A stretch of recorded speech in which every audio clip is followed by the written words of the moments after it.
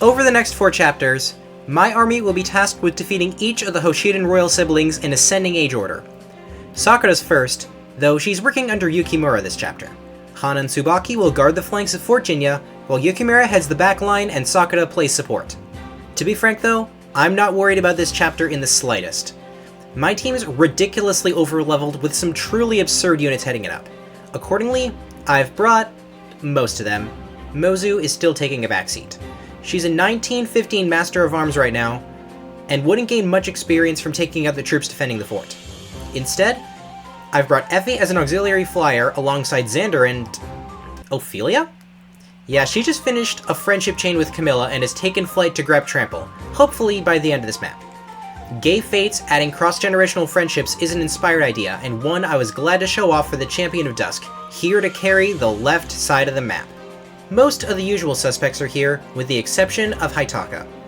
His access to rally defense is long since obsolete, and I haven't been training him as a capable combat unit. He's here for one simple reason. I couldn't deploy him in chapters 12 through 14 due to the slots being very competitive, and this map is the first time since then that we've encountered the Hoshidan army. I'll elaborate more on this when it's relevant. After him, Camilla, Corin, Xander, Leo, Ophelia, Zura Shigure, Felicia Dwyer, surprisingly useless Kaze, and Effie, that still leaves 3 deployment slots and 3 conspicuous absences. Yeah, Sophie's about to solo the right side of the map. It's time to stop holding back, and that applies to the music as well. I've been saving some of Fire Emblem's best tracks for this sequence, but it's finally time to start bringing them out, starting right now. Prepare yourself, Sakura! Forrest's here partially so Sophie can have a healer, but also because he's the only healer I've got who can activate Dragon Veins. This clears the way for Ophelia to start farming experience.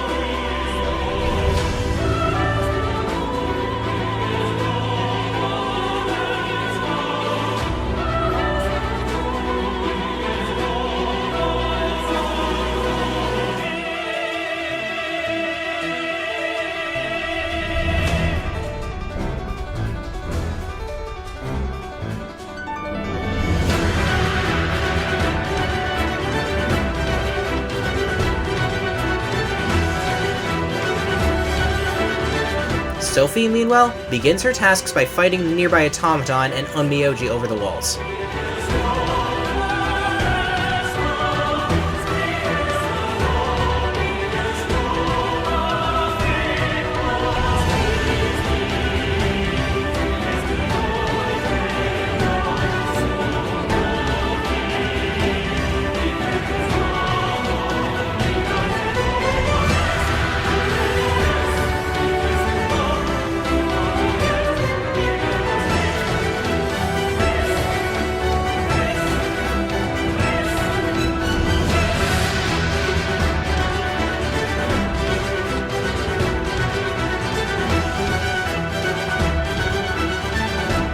Turn 2. Forrest starts off by doing his job.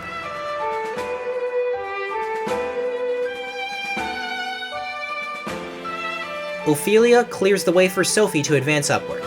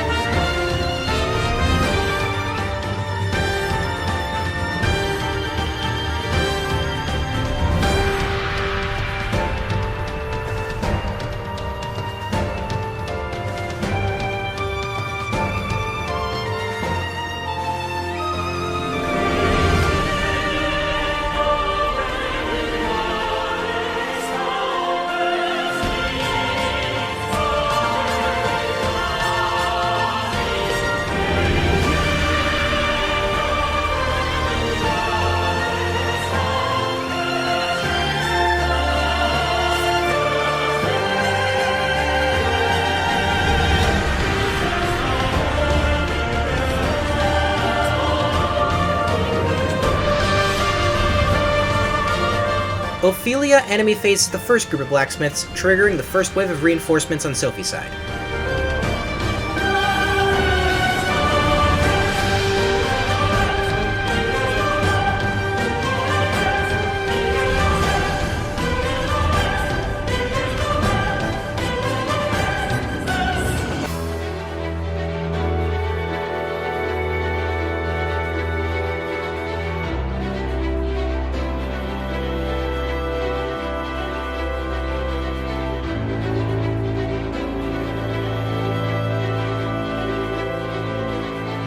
Sophie moves to shield Forrest from them, while Forrest gets out of the way for the most part. He can be attacked by one Onmyoji, but Rez is his best stat, he'll be fine.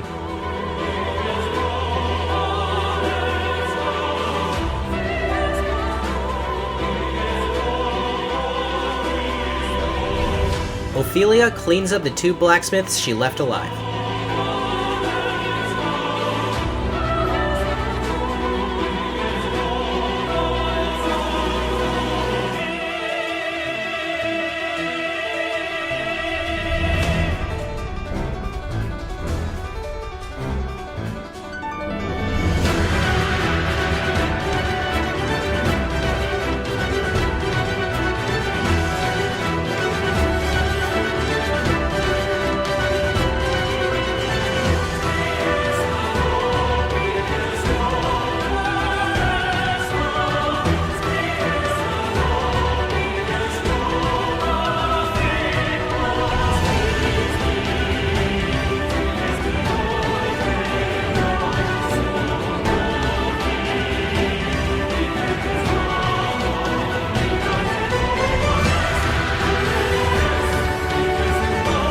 Forrest just triggered the second wave of reinforcements. Neither side is under any real threat, so I just feed as many kills to Ophelia as I can.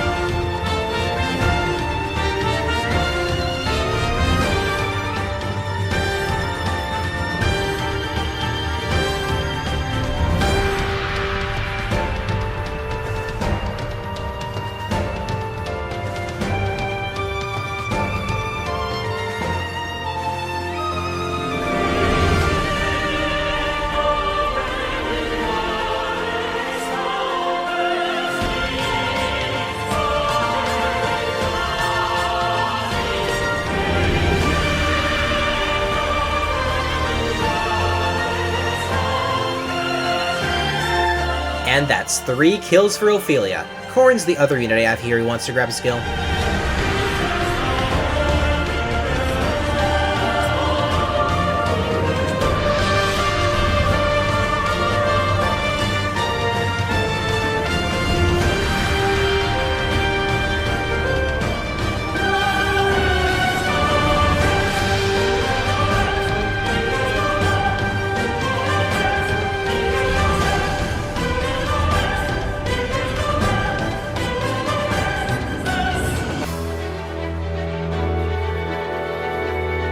Two more Oni Chieftain reinforcements means 2 more bodies for the Champion of Dusk, and 1 Falcon Knight remaining means 1 ode to the Knight of Dawn.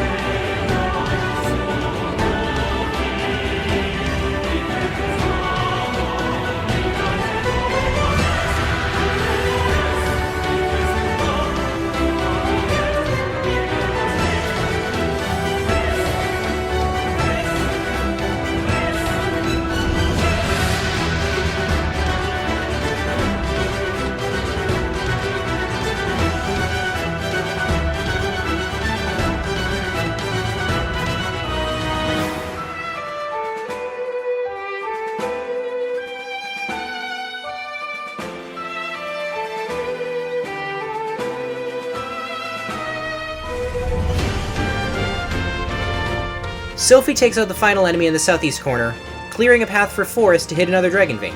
In a bit.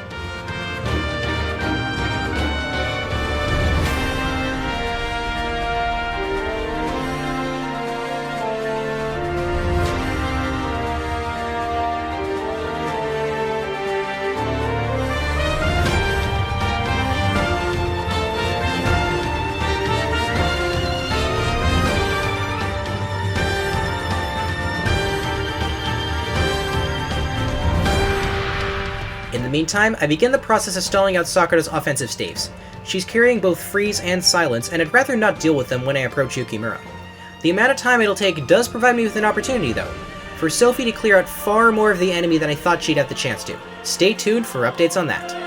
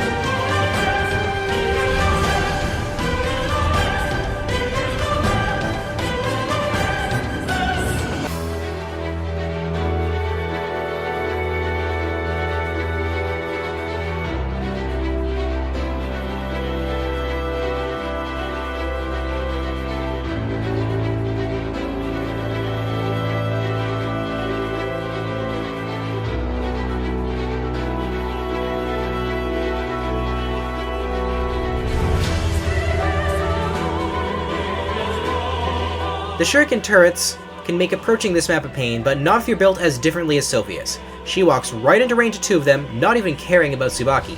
Easy thing to do, honestly. My mages are also baiting one of the turrets for what that's worth.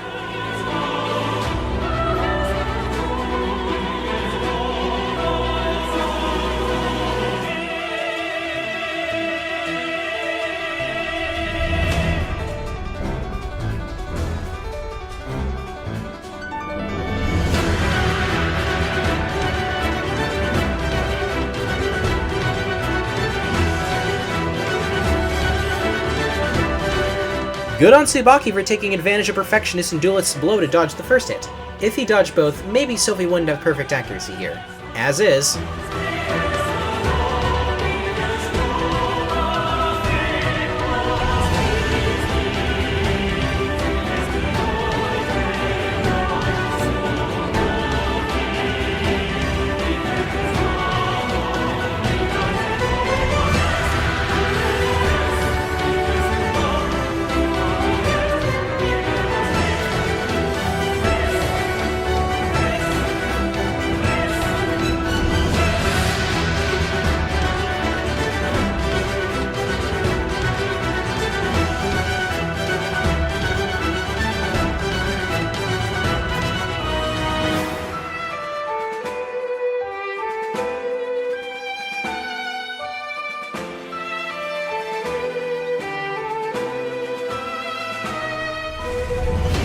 There are two tiles to stand that are in range of Sakura's Freeze Staff without being in direct attack range of the enemies near her. I put Leo in the tile farther from Hana's group.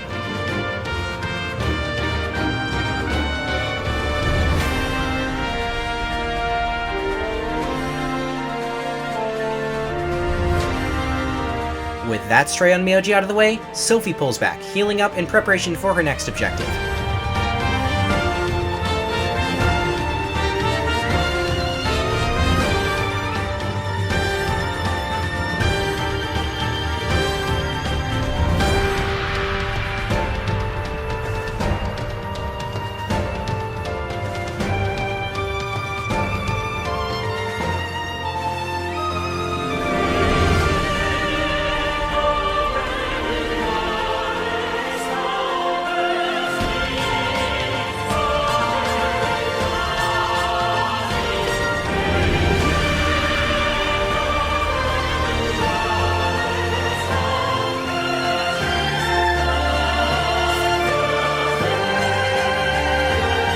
Sakura's staves are stalled out, so my mages retreat to get healed from all the turret damage they just took.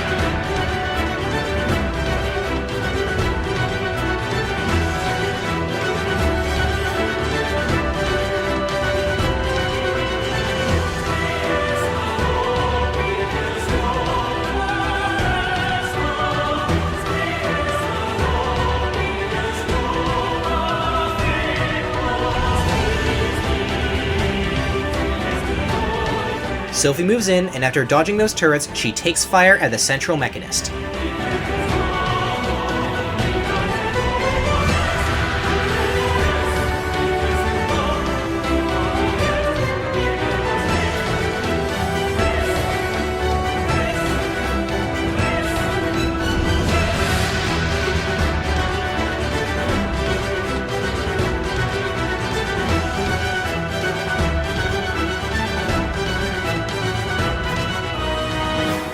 Despite the strength drop from the big saw, the Mechanist is still easy prey for Sophie, clearing a ton of room for my squad on the left.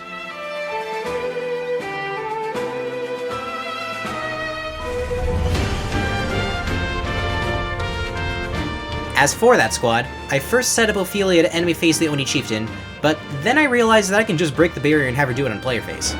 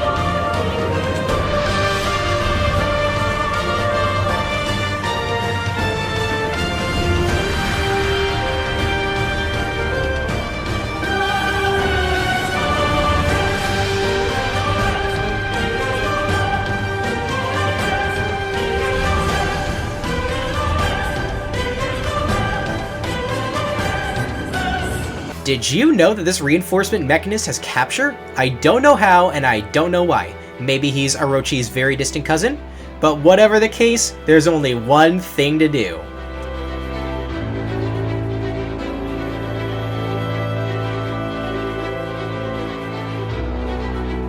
Haitaka's spent long enough on my bench.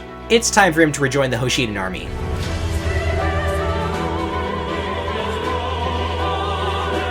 The addition of a new recruit lifts Hana's spirits enough for her entire crew to get moving. Little does she know, this is all part of my plan. As Sylvie's doing her thing in the east, I'll let Hana's squad move forward for a couple turns.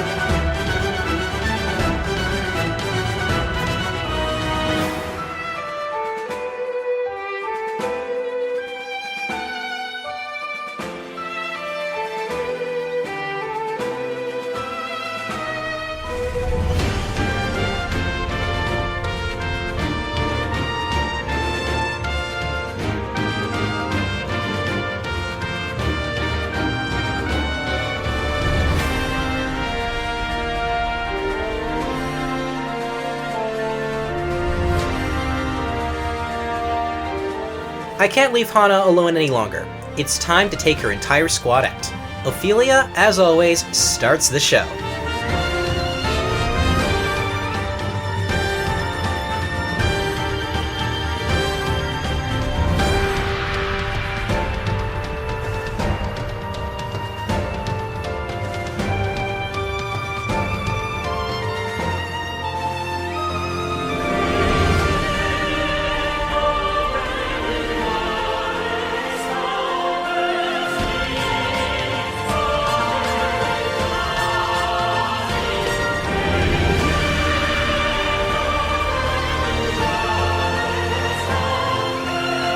Savage blow, and at the perfect time. That's 20% of the most evasive enemy on the map's health gone just like that.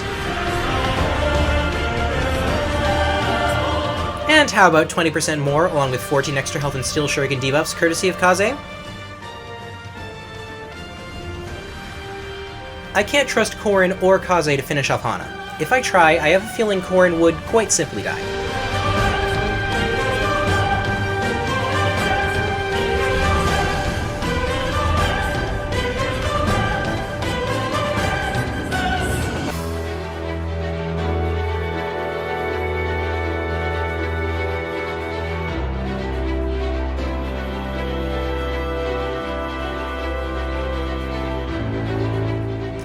Who I can trust, though, is Azura.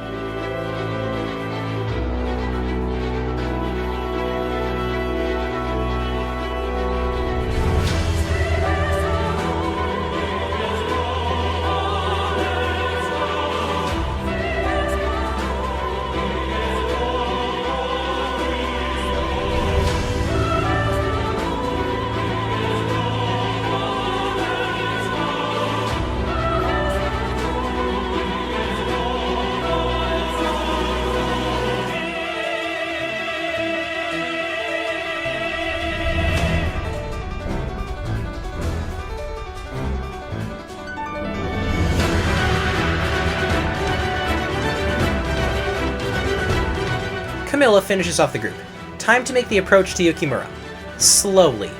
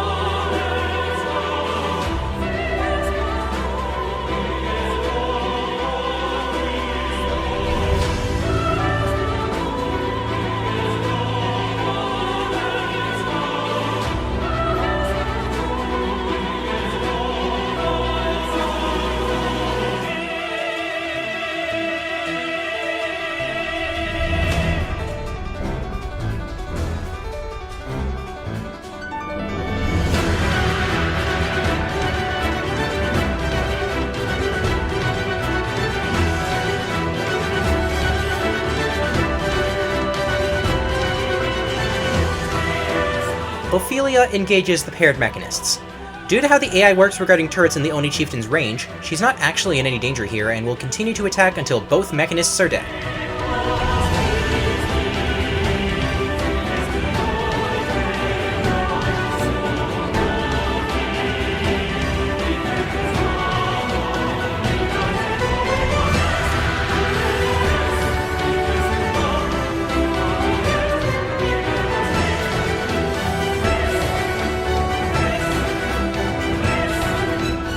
Well, that was quick.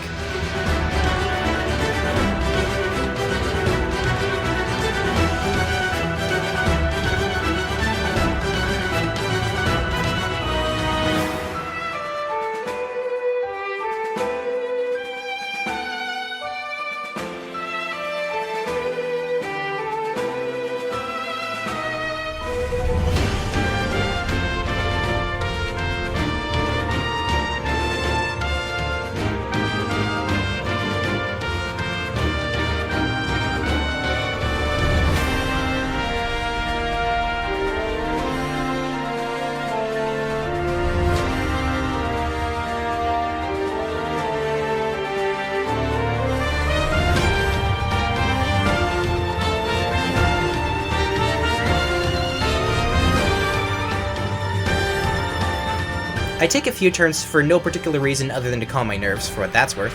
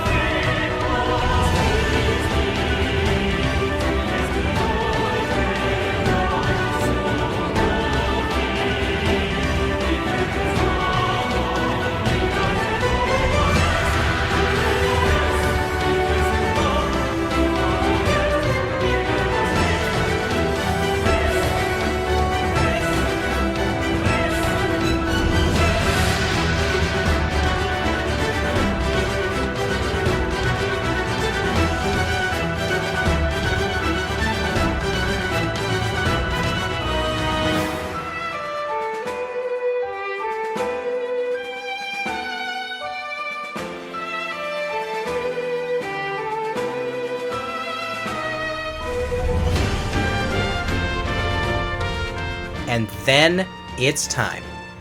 Kaze, Felicia, Sophie, and Forrest stand on top of forts in the north corners, blocking about half of the reinforcements that are about to show up.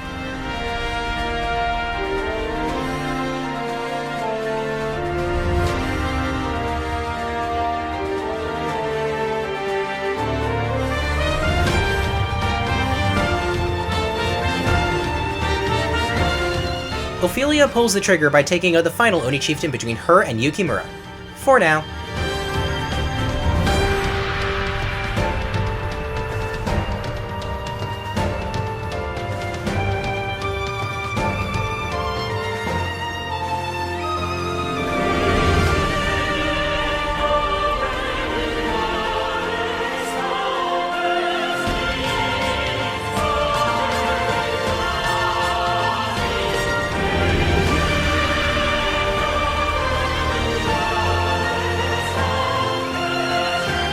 The automata that showed up on the right side are no problem at all for Sophie. The blacksmiths, on the other hand, kind of are. They'll soon be joined by Fort Jinya's strongest troops short of Yukimura, so I decide to have Camilla enemy phase them with the bolt axe.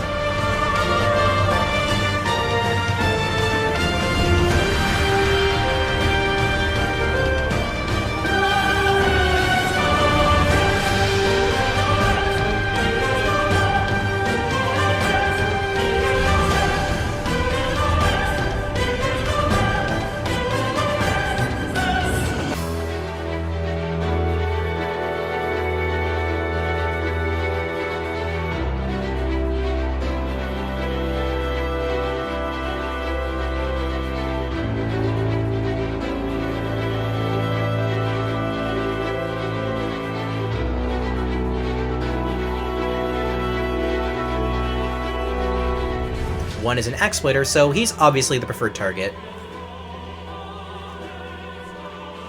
I used to play Pokemon Radical Red. Why are you surprised that I can't read?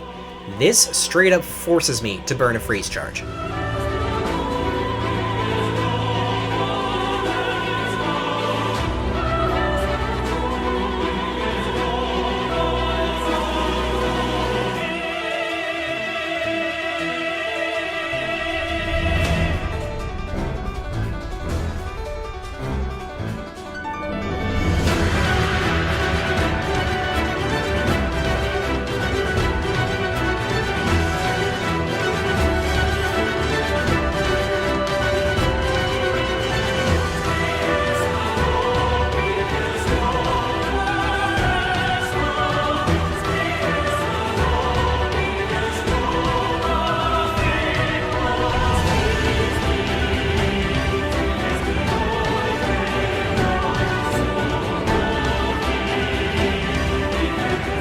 I am so glad that hit.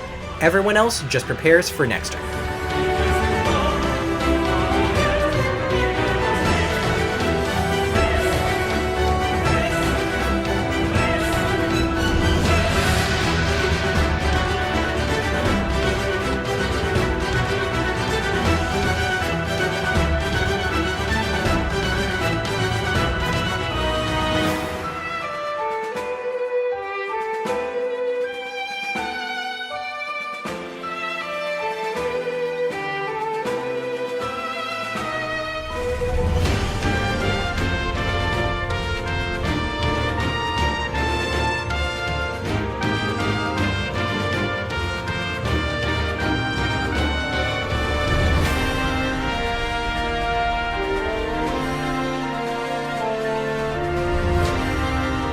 The final reinforcements have arrived. 4 inconsequential Lancefair Falcon Knights in the east, some barely consequential Oni Chieftains and Unmyoji in the center, and 4 very consequential Shuriken Fair Mechanists in the west. I realized something very quickly. I won't be able to kill everyone on this player phase. Camilla is going to have to hold off the blacksmiths for another turn, meaning the one with the axe splitter needs to die. I think that had about a 1 in 16 chance of failure, but I lost nothing from swinging for the fences.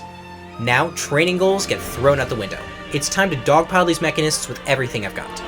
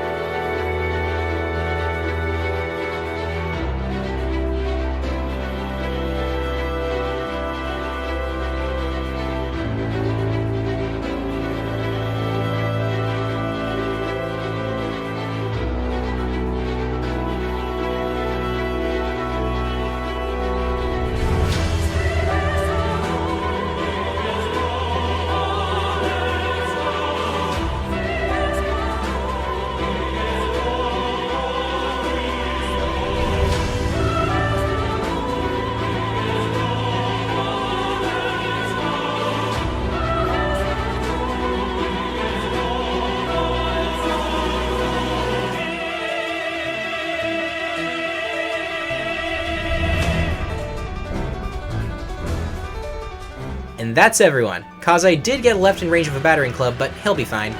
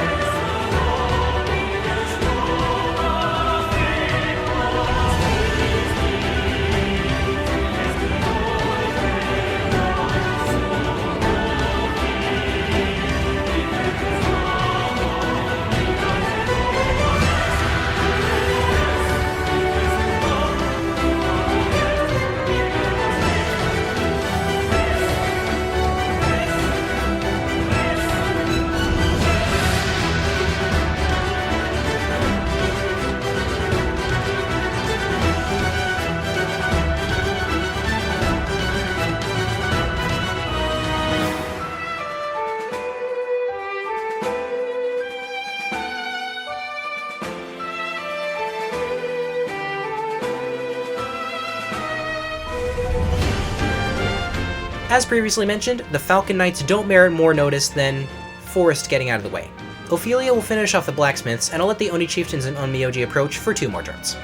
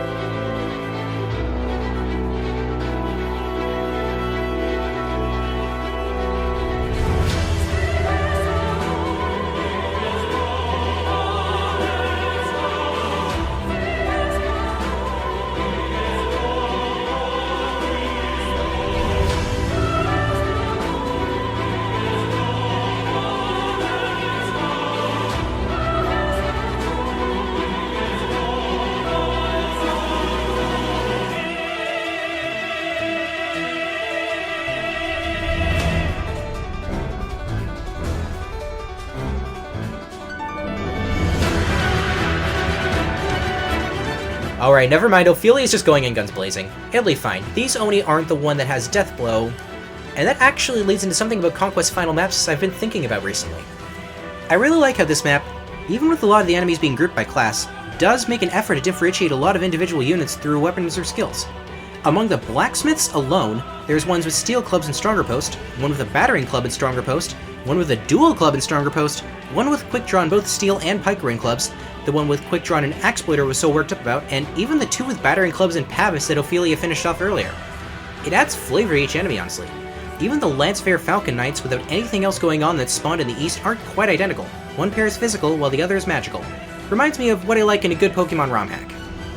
We saw the seeds of this kind of enemy composition in Chapter 20, but Chapter 22 is the first chapter where this kind of enemy diversity, even among units with identical classes and stats, starts to blossom. I'm honestly collecting my thoughts on this as I'm writing the script, but I absolutely love this about Conquest late game. and the next 4 story chapters after this iterate on this concept beautifully, with my favorite examples being chapters 25 and 26. That's for later though. For now, let's just watch Sophie deal with these automata. There's only 2 enemies left that could possibly pose any threat to me, so I'll check back in when we start fighting Sakura.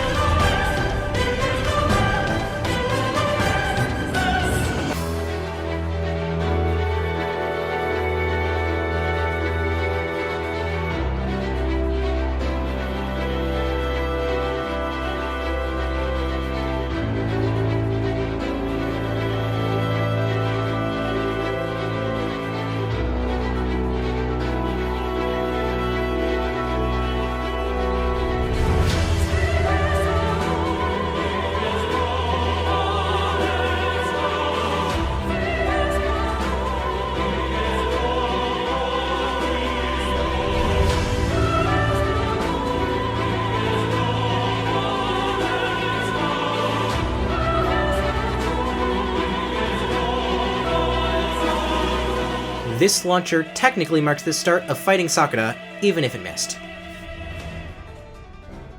I want to give the kill to Ophelia. She's still rushing toward level 15 and in fact is almost there. To circumvent Miracle, however, she's going to have to use Lightning.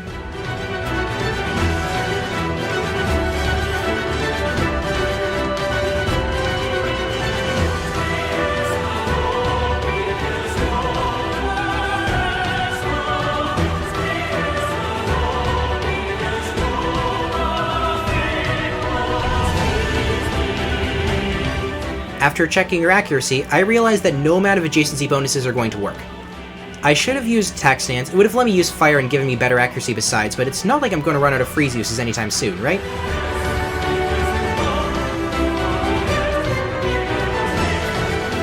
Felicia missed, so to the next turn we go.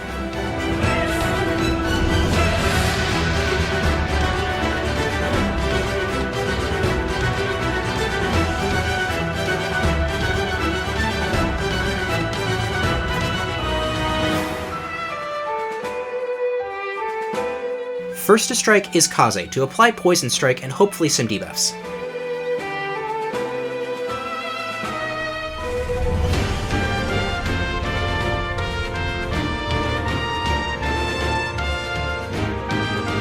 And Felicia connects!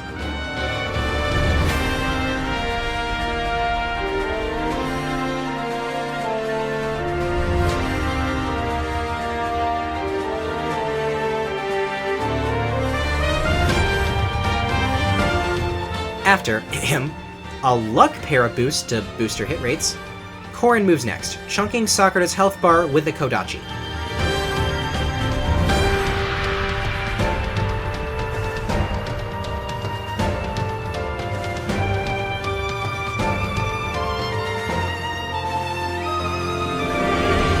Ophelia has a 100% chance of success. I genuinely forgot about Miracle here. I don't even know what to say about this other than good job. That wasn't enough to get her to level 15, so Ophelia's gonna have to take the final kill of the map as well. That would be Yukimura, who I can't really chip on enemy phase because of the droppable gold bar he's holding. He's got Spendthrift, and any attack from him on enemy phase would not only be boosted by Spendthrift, but use up the gold bar. I want that 300 gold, gosh darn it!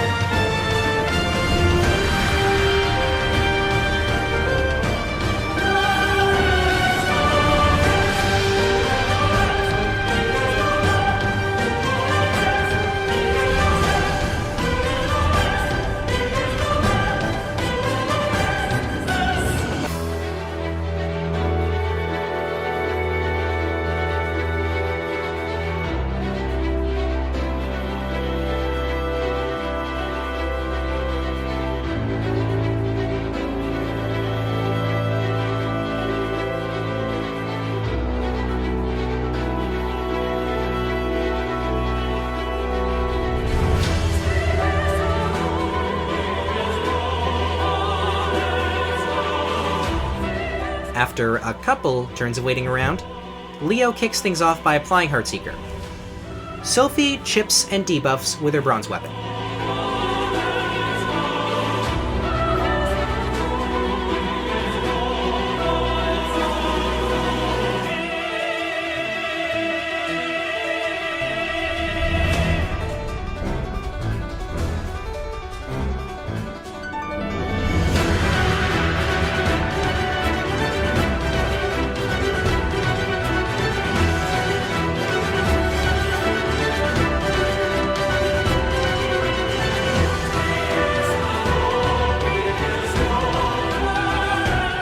Effie follows up to bring him within kill range.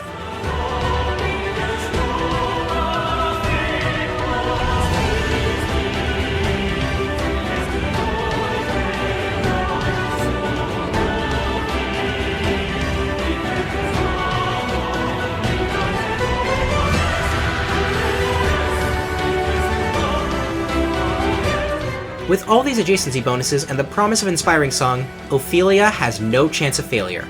And I mean it this time.